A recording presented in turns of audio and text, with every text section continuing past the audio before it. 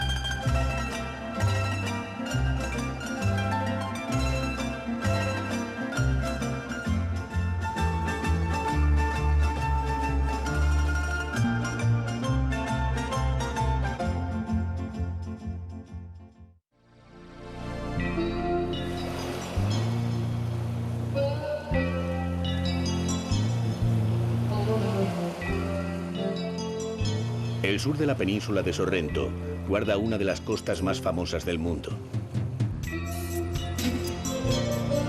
En ella pervive un concepto del ocio y del placer en el que se dan cita todas las artes para crear una estética depurada unida a la naturaleza.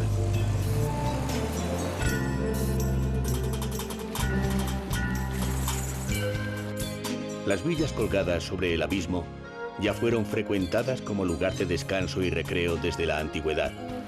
Estos paisajes inspiraron o sirvieron de escenario a grandes artistas.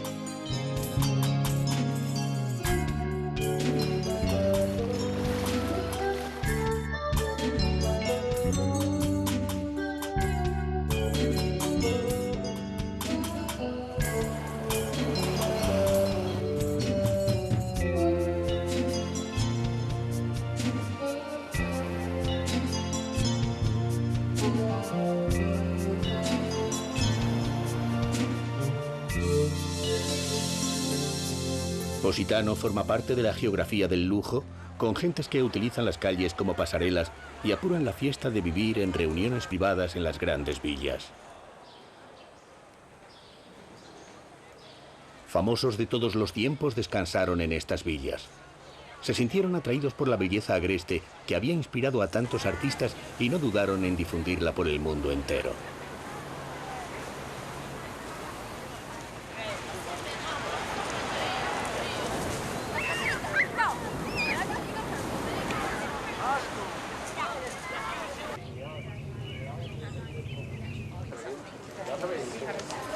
Praticamente c'era la fotografia di cultura, le piccole scuole giù.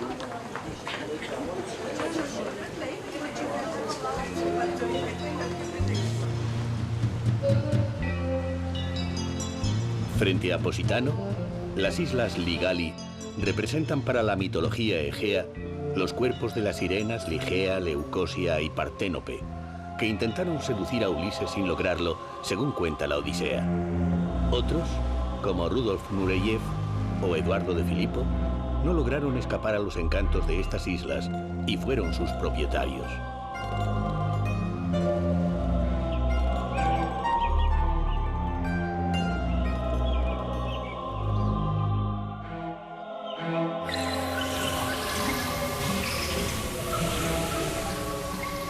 Hasta Amalfi llegaron los viajeros ilustrados y románticos del Gran Tour, que la convirtieron en una ciudad balneario. Pero la historia de Amalfi se remonta a la época bizantina, cuando fue una poderosa república de navegantes y comerciantes.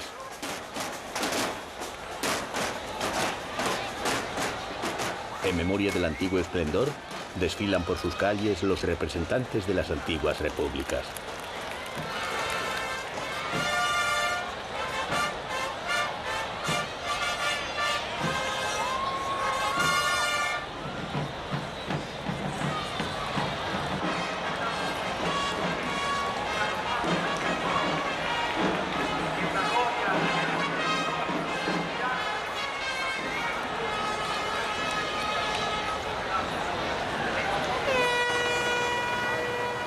La regata histórica se celebra a la antigua usanza, frente a una costa repleta de grutas. Simboliza la rivalidad entre las repúblicas de Venecia, Génova, Pisa y Amalfi.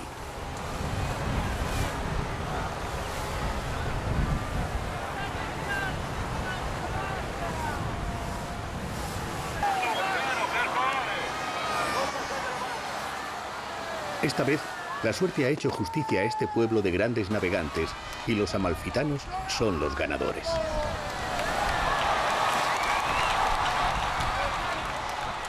Los elevados conocimientos de navegación de esta pujante república se plasmaron en la Tábula de Amalfa, que hasta el siglo XVI fue el código de derecho marítimo que gobernó todo el Mediterráneo.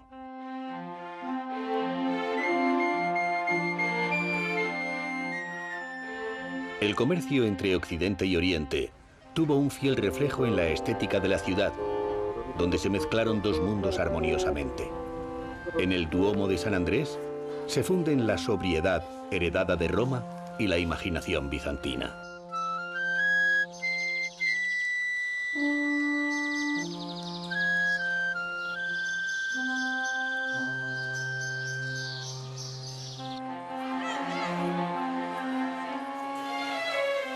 Como antaño, el viejo Amalfi se retuerce en su sinfín de callejas que son eco de la magia oriental.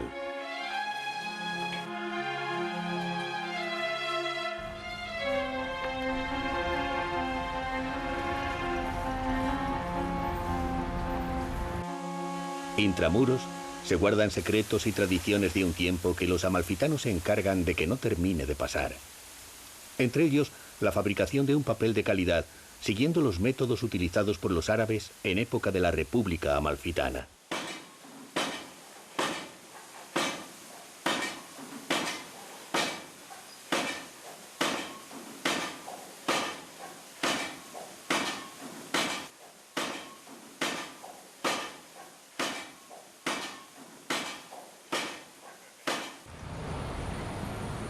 A bordo de las naves también llegaron conocimientos científicos que sirvieron a Flavio Gioia para inventar la brújula.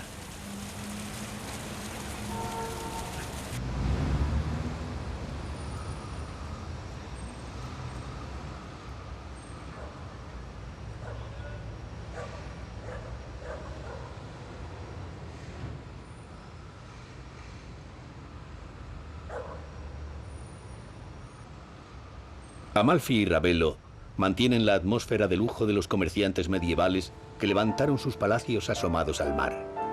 De las veladas musicales de antaño proviene el gusto por los conciertos en los mismos jardines.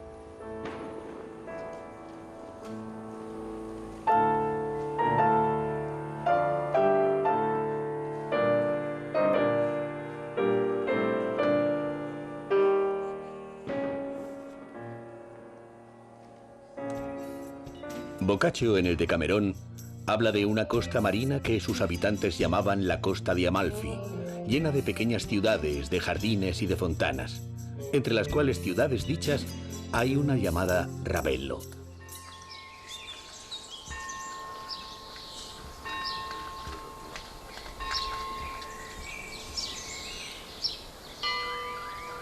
Huéspedes ilustres disfrutaron de este exquisito palacio construido en el siglo XIII por un rico comerciante que se convirtió en pirata, Landolfo Ruffolo. Wagner se inspiró en Villa Ruffolo para componer el segundo acto de Parsifal.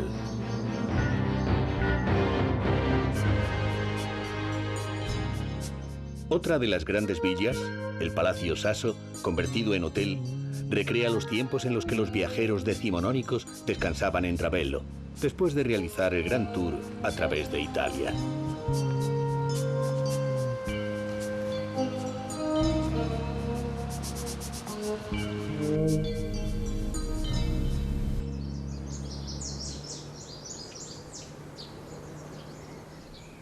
Ravello está más cercano al cielo que a la costa, como dijo André Gide.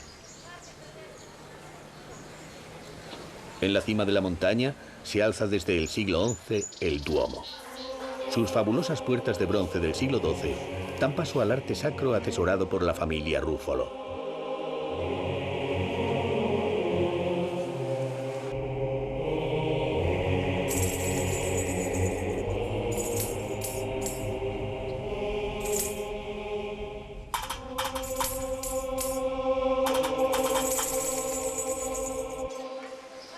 La fama internacional de Ravelo no altera la vida tranquila de los habitantes que se reúnen en la Piazza Vescovado.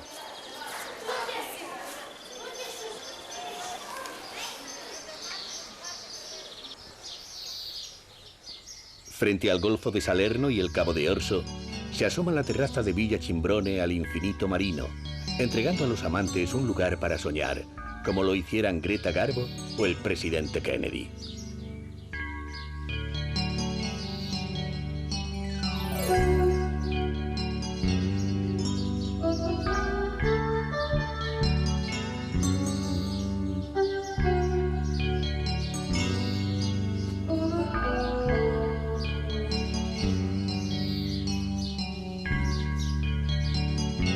La costa amalfitana posee una belleza repleta de la sabiduría dejada por los ibaritas de todos los tiempos que en ella habitaron. Una riqueza que tiene tanta fuerza como la radiante humildad de unos limones, celebrados como una obra maestra de la naturaleza.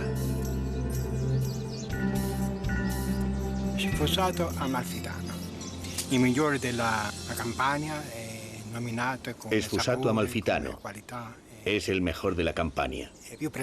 Conocido por su sabor, por su calidad, es muy apreciado y tiene un perfume intenso. Con él se hace el limoncello.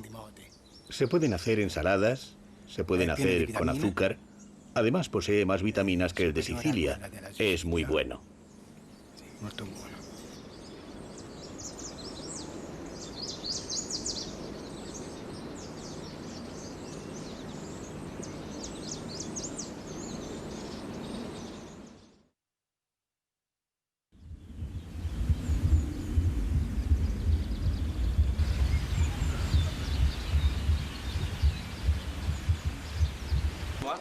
Un cinturón de volcanes rodea el Golfo de Nápoles.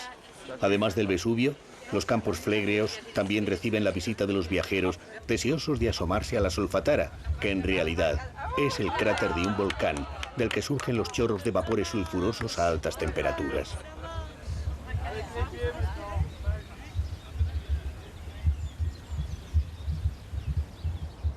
Virgilio sitúa junto al lago Averno las puertas del infierno, y hasta este cráter cubierto de agua llegaban los peregrinos para venerar a las divinidades de ultratumba. El antro de la Sibila fue uno de los mayores centros de peregrinación del mundo antiguo. Virgilio recomendó a Eneas que fuera a consultarla. En cuanto llegues y te acerques a la ciudad de Cumas, a los lagos divinos, al ruidoso Averno de los bosques, verás a una profetisa delirando que canta los destinos bajo la profunda roca y confía a las hojas signos y nombres.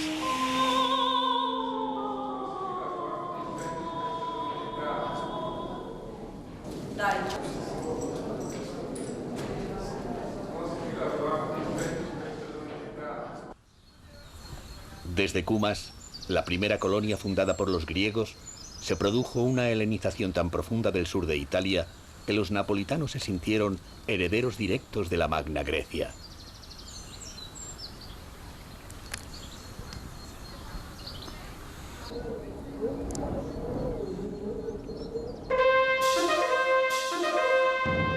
La cercana Pozzuoli fue base de la flota romana en el Mediterráneo, y en torno a ella, los grandes patricios levantaron sus villas, deseosos de disfrutar de los placeres del Golfo de Nápoles.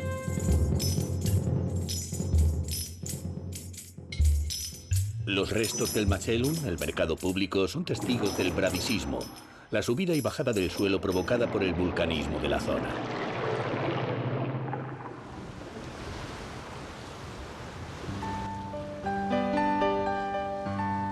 Siguiendo la costa hacia el sur, en Paestum, los griegos alzaron los mejores templos del dórico arcaico. Ante ellos, los viajeros del Grand Tour pasaban horas leyendo a los autores clásicos y se impregnaban de la armonía entre la arquitectura y la naturaleza.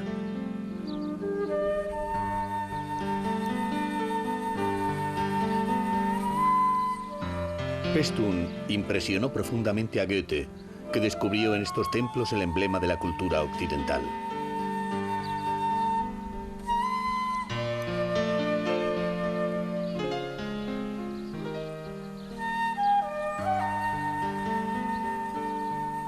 Alcanzar la proporción interna del ser humano y de sus obras fue el gran reto logrado por estos griegos que representaron en la tumba del nadador el paso de la vida a la muerte, como un hombre que salta sobre el otro mundo.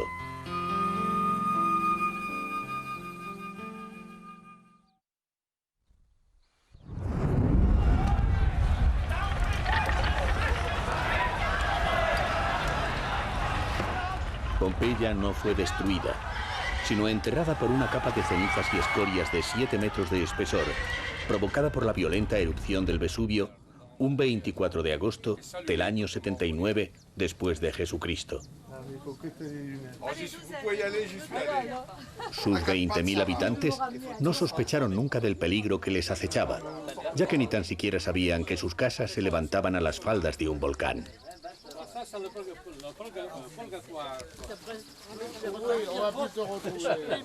Cuando en el siglo XVIII se iniciaron las excavaciones por orden de Carlos de Borbón, el rey ilustrado, se encontraron con una ciudad que había sobrevivido al paso del tiempo.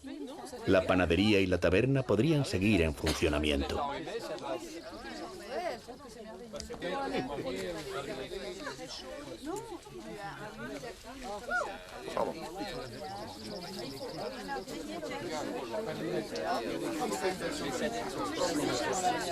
Los enigmas de la antigüedad grecolatina iban descifrándose con cada hallazgo. Este proceso culminó al sacar a la luz auténticas obras maestras de la pintura campana, de la que apenas se tenía conocimiento. En los muros de la Villa de los Misterios se representan diferentes escenas de la ceremonia de iniciación al culto dionisíaco, muy difundido en Pompeya.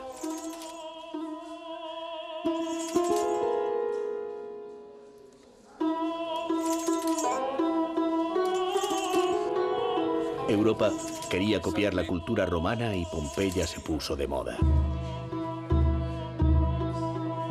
El asombro de las excavaciones pompeyanas no solo provocó un auténtico movimiento turístico para conocer las ruinas, también surgió un nuevo estilo en la decoración, en los muebles, en los vestidos de las mujeres, en las joyas, en los peinados.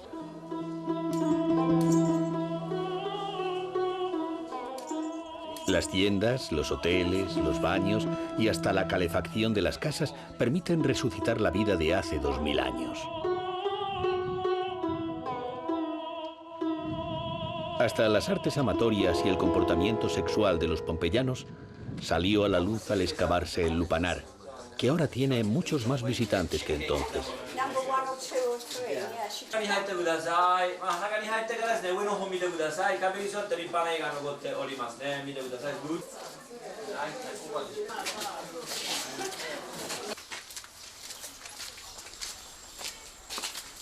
El visitante puede imaginar a los actores recitando en el teatro, a los comerciantes vociferando en las calles repletas de gente, o a la multitud cuando rugía en el anfiteatro ante la valentía de los gladiadores.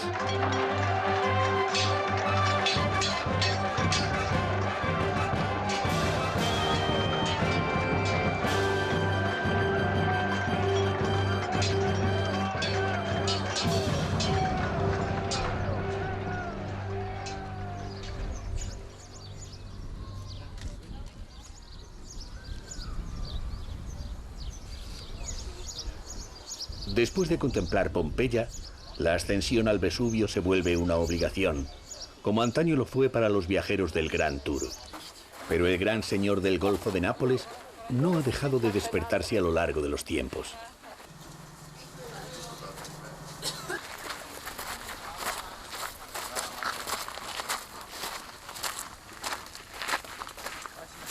El Vesubio está en estado de reposo desde 1944, aunque es un volcán activo y peligroso, y cuando empezará otra vez su actividad dará bastantes señales con cierta antelación. Se espera el tiempo suficiente para poder poner en marcha el plan de evacuación general de toda la zona del Vesubio, que incluye 800.000 personas, y para eso hay una red del observatorio vesuviano que se encarga de detectar esos parámetros.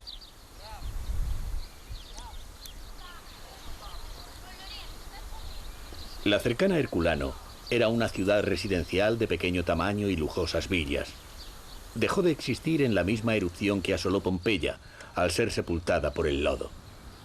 Se piensa que buena parte de sus habitantes tuvieron más suerte que los pompeyanos y lograron escapar.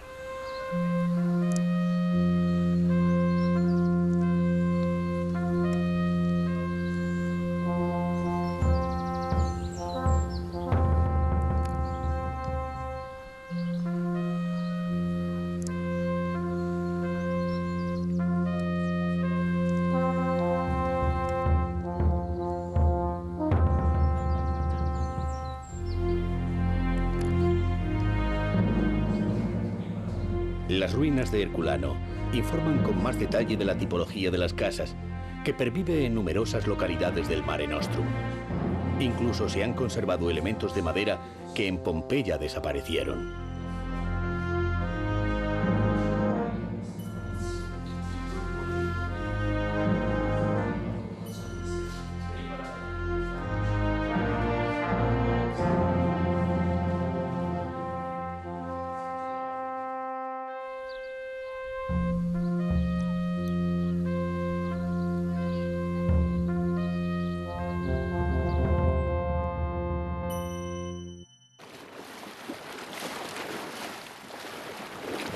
Nápoles crece prisionera entre las montañas y las aguas del Golfo, a la sombra inquietante del Vesubio, que solo está a 12 kilómetros de distancia. Para muchos, la capital del profundo sur italiano resulta una ciudad portentosa, donde los griegos dejaron los rasgos de su cultura y su carácter, y los romanos su gusto por el lujo.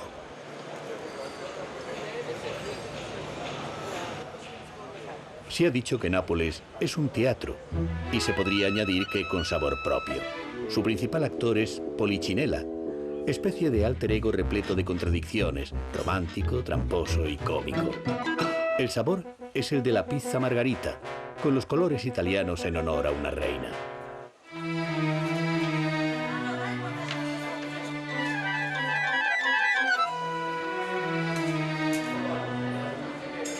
De los viejos cafés literarios frecuentados por los viajeros del Grand Tour, sobrevive Gambrinus.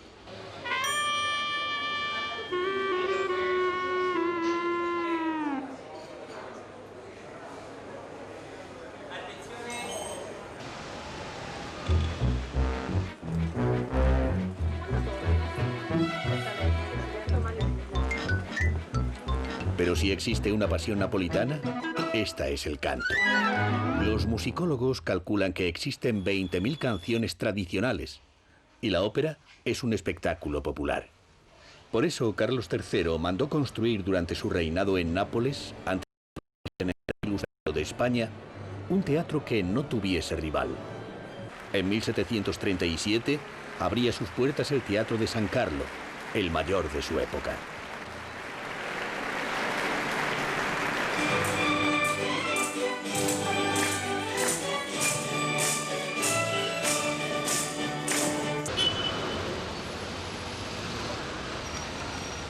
El gusto por la vida pública llevó a los napolitanos a transformar la calle en un palacio mediante la Galería Umberto I, levantada en plena Belle Époque para celebrar la unidad italiana, que ponía fin al secular dominio de Nápoles por dinastías extranjeras.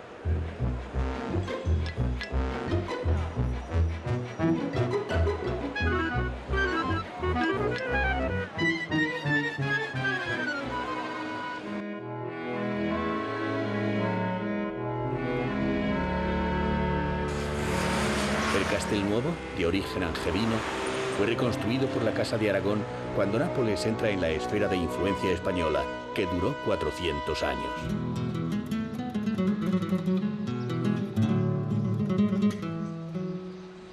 El castillo protegía el Gran Puerto, que es el corazón económico de Nápoles, visitado por los ferries y por los paquebotes de lujo que realizan cruceros turísticos por el Mediterráneo.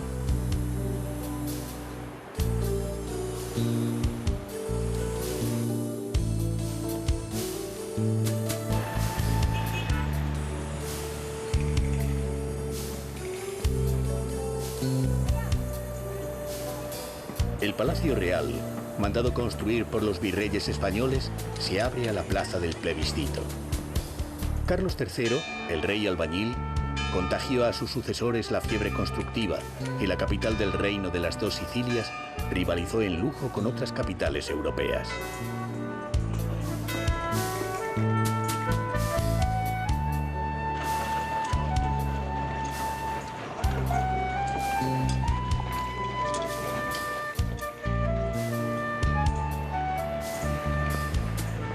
La iglesia de San Francesco di Paola, inspirada en el Panteón de Roma, muestra que el esplendor de Nápoles está unido al esplendor de los Borbones.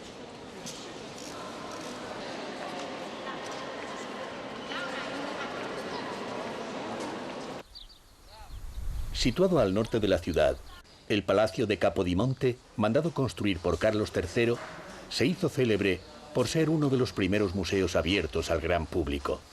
Sus salas guardan una importantísima selección de pinturas de las colecciones borbónicas.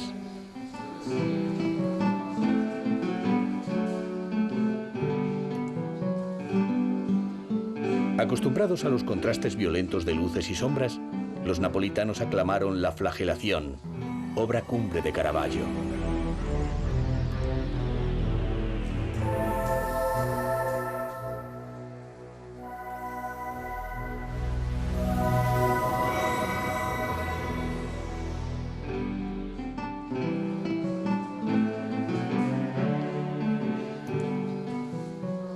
Los retratos del Papa Paulo III, pintados por Tiziano, integra la excepcional colección de pintura europea de Capodimonte.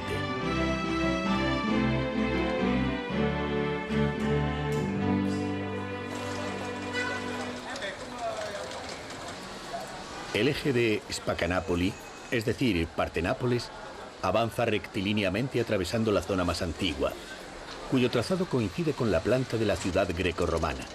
Un barrio repleto de palacios e iglesias como el Gesù Nuovo. Es el corazón antiguo y sinuoso donde perdura la vida popular que ha inspirado tantas novelas y largometrajes del neorrealismo.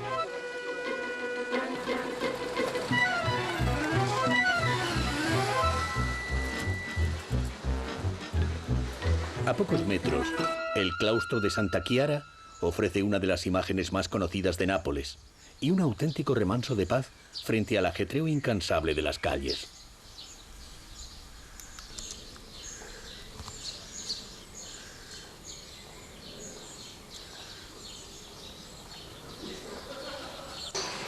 En Nápoles surgieron los belenes en el siglo XIV, inspirados en los nacimientos vivientes de San Francisco. Una delle tradizioni più antiche di Napoli è quella di fare i pastori. I pastori Los pastores son todos aquellos que se presentan ante el pesebre, la Virgen y San José, pero existe una gran variedad de personajes. Ahora se hacen pastores inspirados en personajes modernos. La última creación es la del propio Clinton.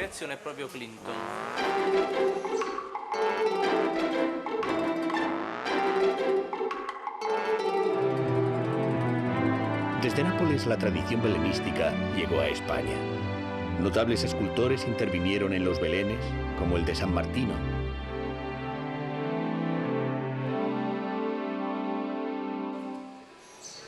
En San Gregorio Armeno, la riqueza se vuelve arte. La complejidad y la grandiosidad escénica del barroco conquistó el gusto de una sociedad que guarda intramuros un lujo desorbitado.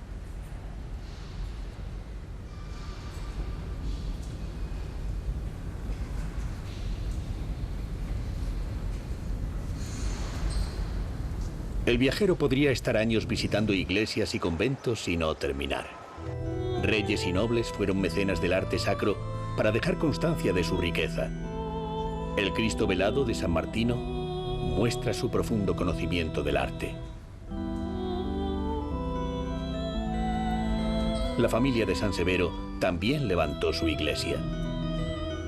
El príncipe de San Severo, Raimondo di Sangro, fue un científico incomprendido que tuvo fama de alquimista. El pueblo le acusó de haber convertido en materia sólida la sangre y las vísceras de varios jóvenes, entre otros horribles experimentos.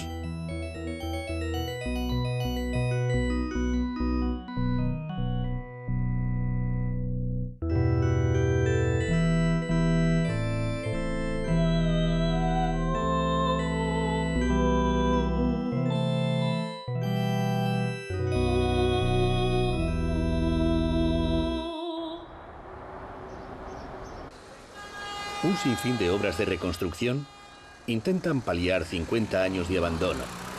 Afirman que si queda tanto resplandor, debe ser por un milagro de San Genaro, al que se venera en la catedral por el prodigio de la licuación de su sangre y por salvar a la ciudad del Vesubio.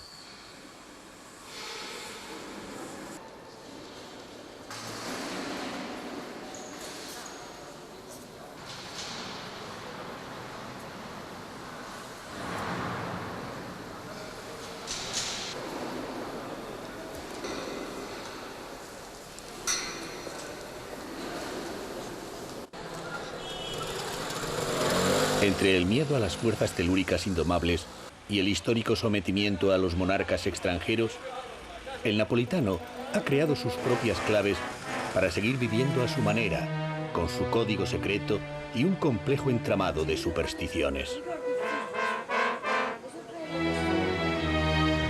Nápoles convierte los contrastes en belleza. Contrastes que inspiraron a Caravaggio en su obra del Monte de la Misericordia, al pintar la belleza sobrenatural emergiendo de una penumbra repleta de densidad y misterio.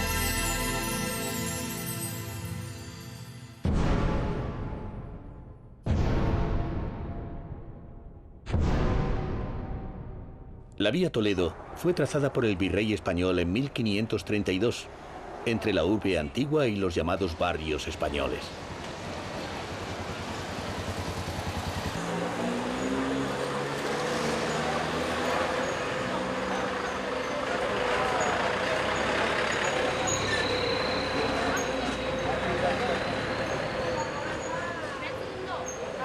En Vía Toledo, cada palacio tiene una historia. En el Palacio de Barbaia, Rossini fue secuestrado para que terminara de una vez de componer Otelo.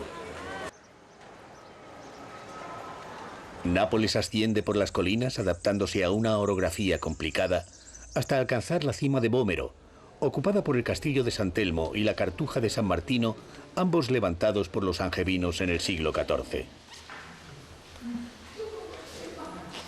La Cartuja fue remodelada y decorada hasta convertirse en un paradigma del barroco, con obras maestras como el Descendimiento o el San Sebastián de Ribera.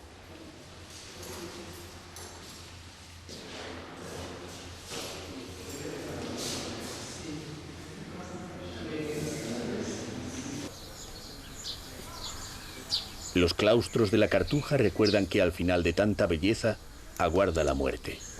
Mientras llega, los actos más cotidianos de la vida napolitana tienen como telón de fondo una arquitectura prodigiosa.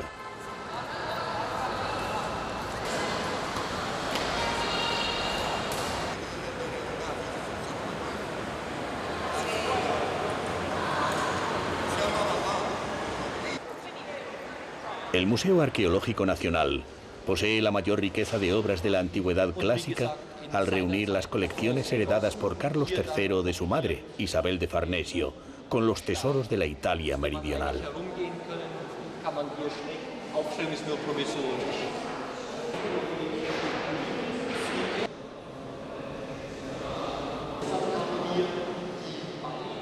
El toro Farnesio y el Hércules Farnesio fueron encontrados en las romanas termas de Caracalla.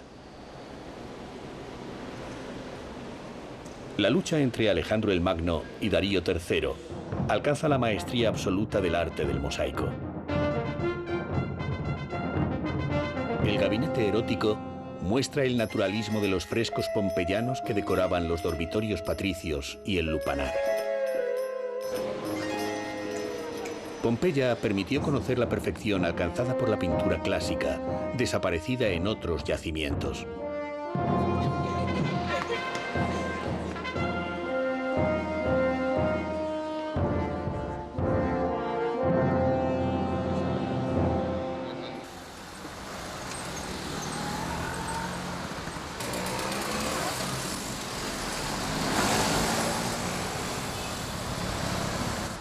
La elegancia de la sociedad pompeyana pervive en torno al corso Humberto I.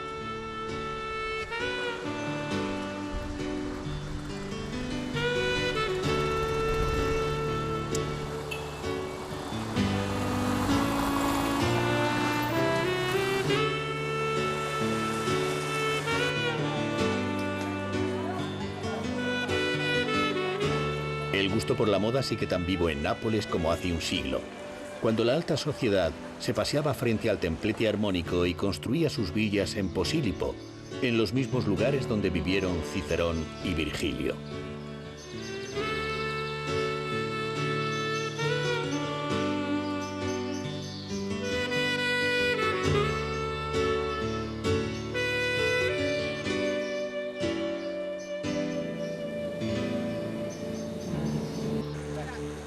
La noche tiene su escenario junto al Castel de Lobo. La leyenda cuenta que el poeta Virgilio guardó en una cámara secreta un huevo mágico que, si se rompía, sucedería una terrible desgracia. Solo en Nápoles se puede creer que el porvenir de una ciudad es tan frágil como un huevo.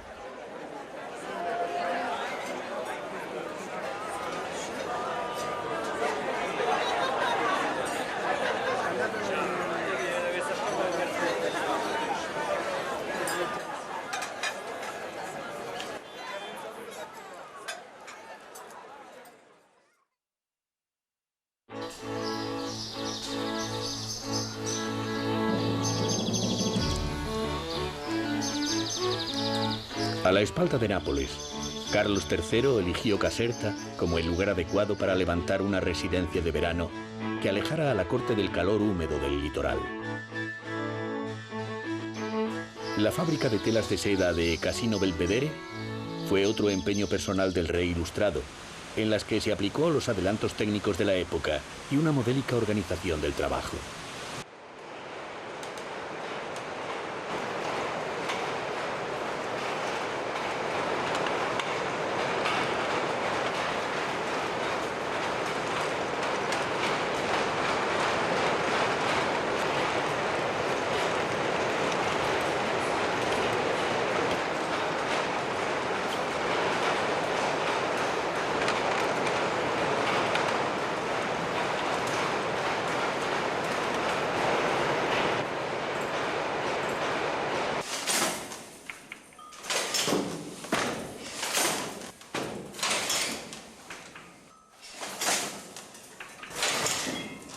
El telar todavía sigue en movimiento, igual que lo hacía entonces para fabricar las sedas que decoran el palacio.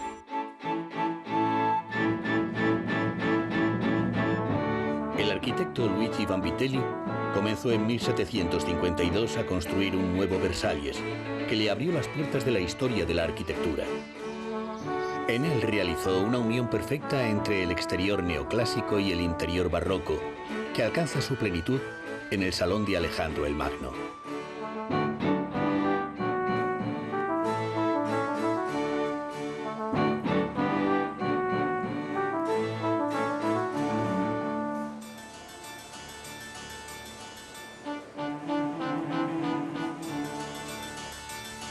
La Capilla Palatina es un homenaje al Palacio de Versalles.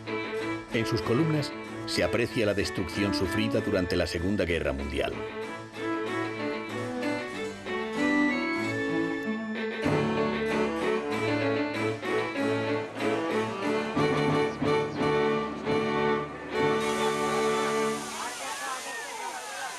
El gusto barroco por las grandes perspectivas se desarrolla en el jardín, con fuentes monumentales repletas de esculturas mitológicas que remataban grandes avenidas, como la fuente panorámica que parte de la fachada posterior del palacio.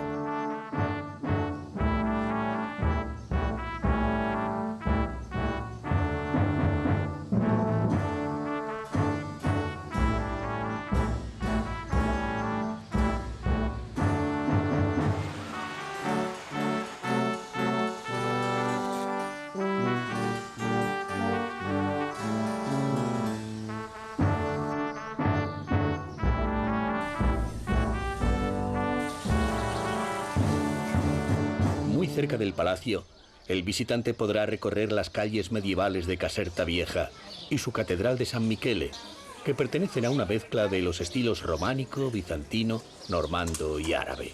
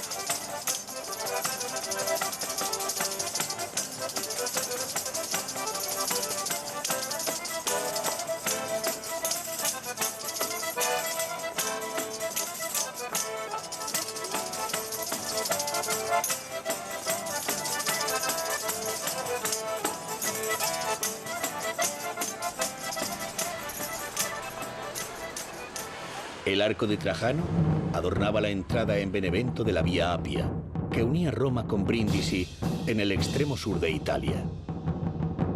Sus fabulosos frisos, realizados en el 144 después de Cristo, exaltan el triunfo y la generosidad del emperador.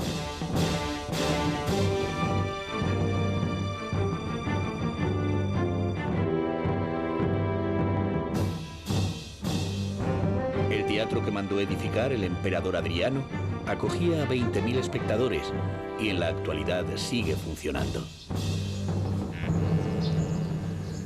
Muy cerca se levanta la iglesia de Santa Sofía, que fue construida en el siglo VIII por los longobardos, que dejaron una huella imborrable en Benevento.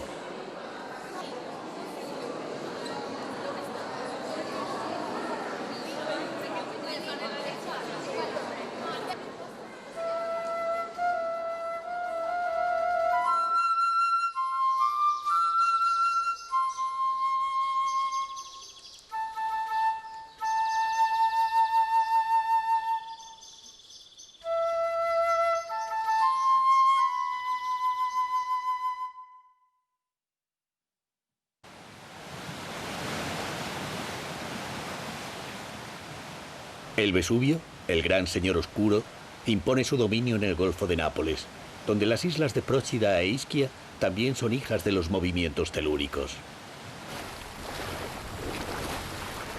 Basta una pequeña lengua de mar para que en Procida se haya salvado la vida tradicional del Golfo.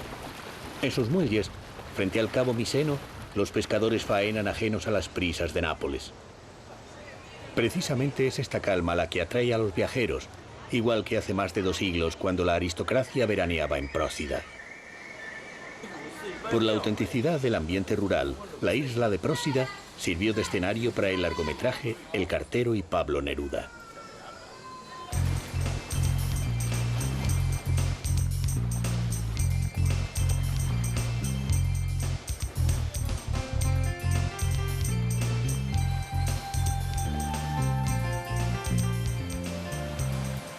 La vecina isla de Ischia es la más extensa del Golfo de Nápoles. En ella vivió desterrada Vittoria Colonna, la mejor poetisa del Renacimiento que mantuvo una profunda relación con el genial Miguel Ángel.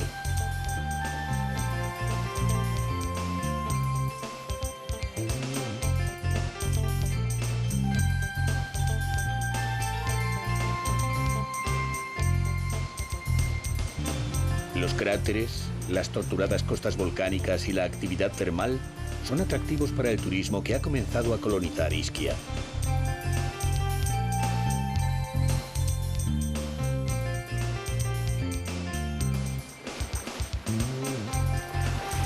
En busca del sol y la playa, llegan numerosos viajeros que recuerdan sorprendidos que Ibsen escribió aquí Peer Gynt.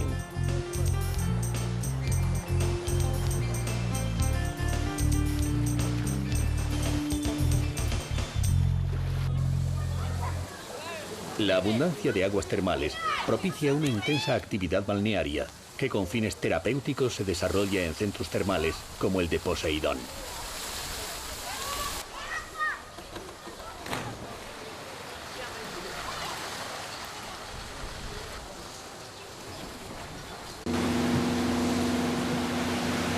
Como pie de Maradona, ha sido bautizada esta formación rocosa, ya que en el Golfo de Nápoles no todos los dioses son de la antigüedad.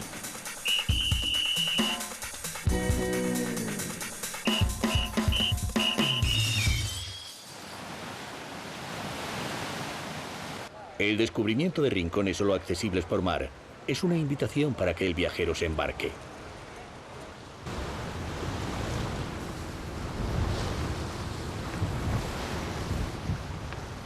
Frente a las islas, la costa de Bacoli pertenece a las tierras peninsulares de la zona volcánica de los Campus Flegreos. En este litoral, desde Bahía a Bacoli y Miseno, se alzaban las grandes villas del centro de veraneo más famoso del Imperio Romano.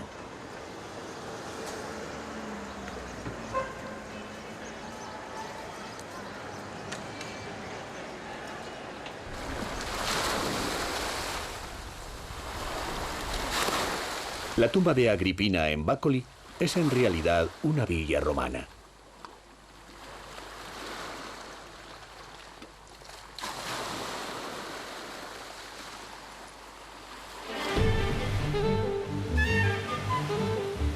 Incesantes, los ferries unen las poblaciones del Golfo de Nápoles, cruzándolo rápidamente para llegar a Sorrento.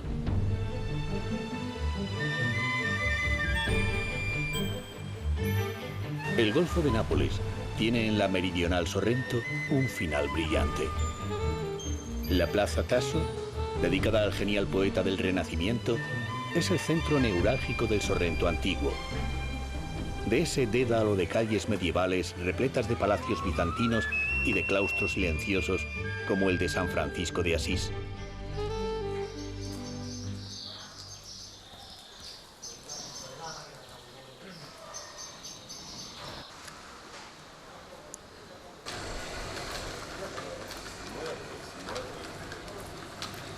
También conserva monumentos tan curiosos como el Sedile Dominova, la única logia del Renacimiento que ha sobrevivido en Campania.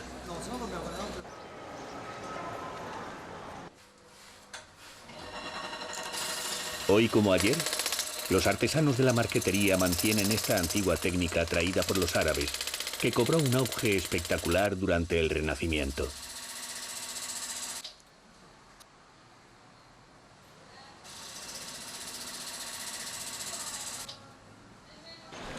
El gran Caruso, desde el mayor hotel de Sorrento, ejerció de anfitrión de numerosos famosos.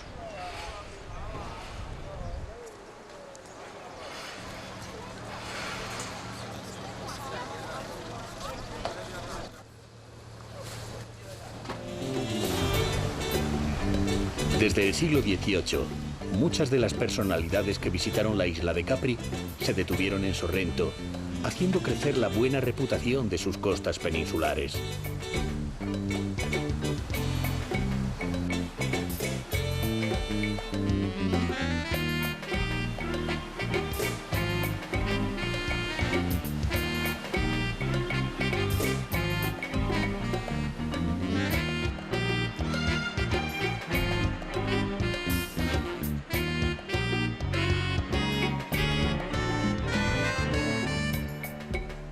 Al atardecer, se deja sentir el sabor irrepetible de Sorrento.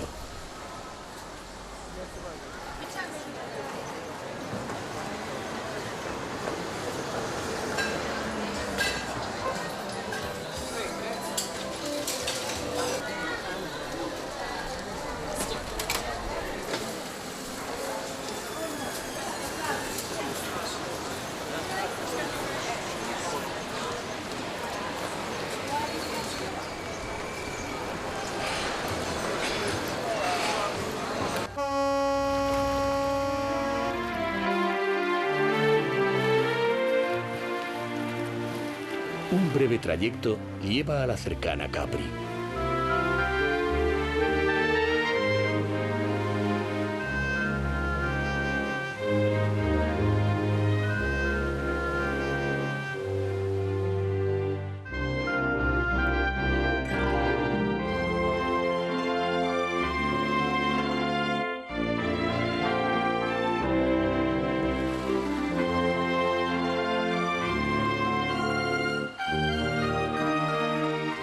Capri siempre fue atractivo para los famosos. El que más contribuyó a darle celebridad en el siglo pasado fue el médico sueco Axel Munthe, que publicó en 1928 un libro titulado Historias de San Michele, en el que cuenta su vida en la villa de San Michele, alzada sobre un antiguo palacio romano.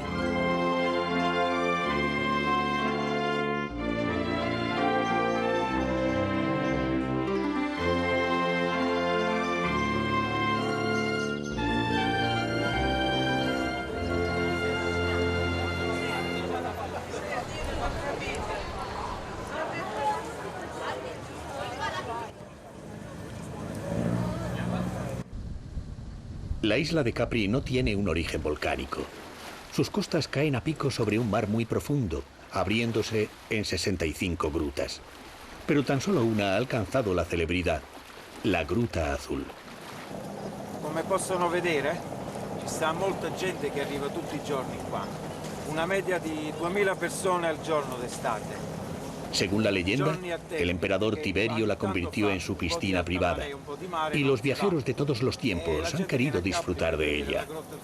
La Grotta Azzurra, diciamo, per noi è tutto, poi anche per la gente che viene a Capri.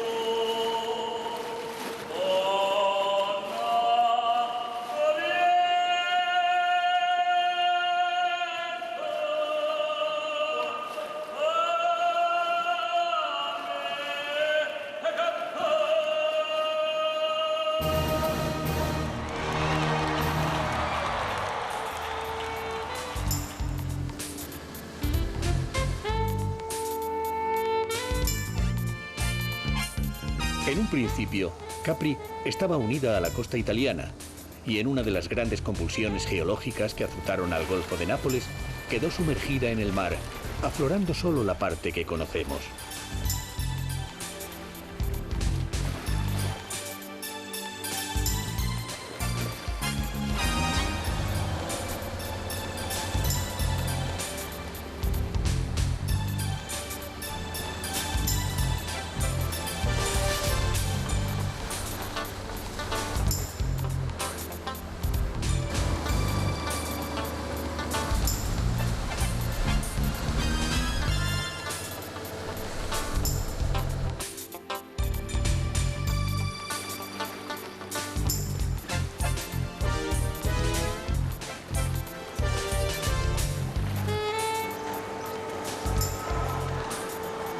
Durante todo el año, hay gentes llegadas de medio mundo ocupando las terrazas de los cafés de la Piazzetta. Oscar Wilde vino a la isla invitado por Axel Munthe, que ejerció de anfitrión de Capri, y se sumó a la larga lista de admiradores extranjeros que en ella crearon y descansaron. Rilke, Graham Greene, Mendelssohn, Debussy y todo un grupo de actores norteamericanos, Clark Gable, Jack Lemmon o Joan Crawford.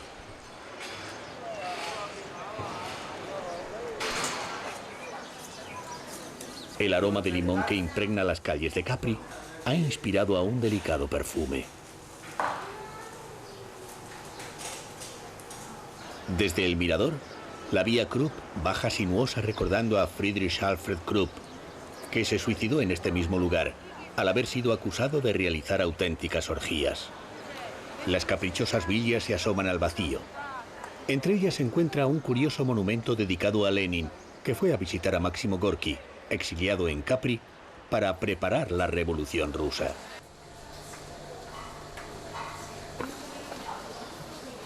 No cabe duda que Tiberio sí organizaba orgías en Villa Iovis, la mayor y más lujosa de las villas construidas en la isla por el emperador. La villa constaba aproximadamente de 300 habitaciones que ocupan una superficie de 7.000 metros cuadrados.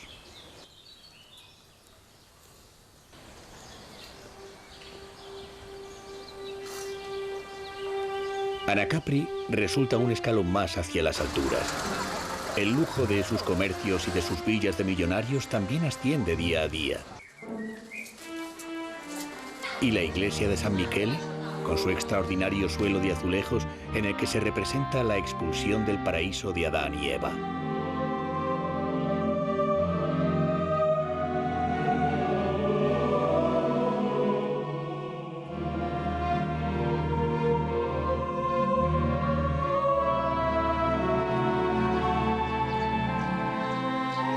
Tal vez el Vesubio, con su amenaza de destrucción y fuego, ha sido el motor que ha impulsado a crear una personalidad y un estilo de vida fuerte y placentero, que ofrece a los visitantes las esencias del Mediterráneo.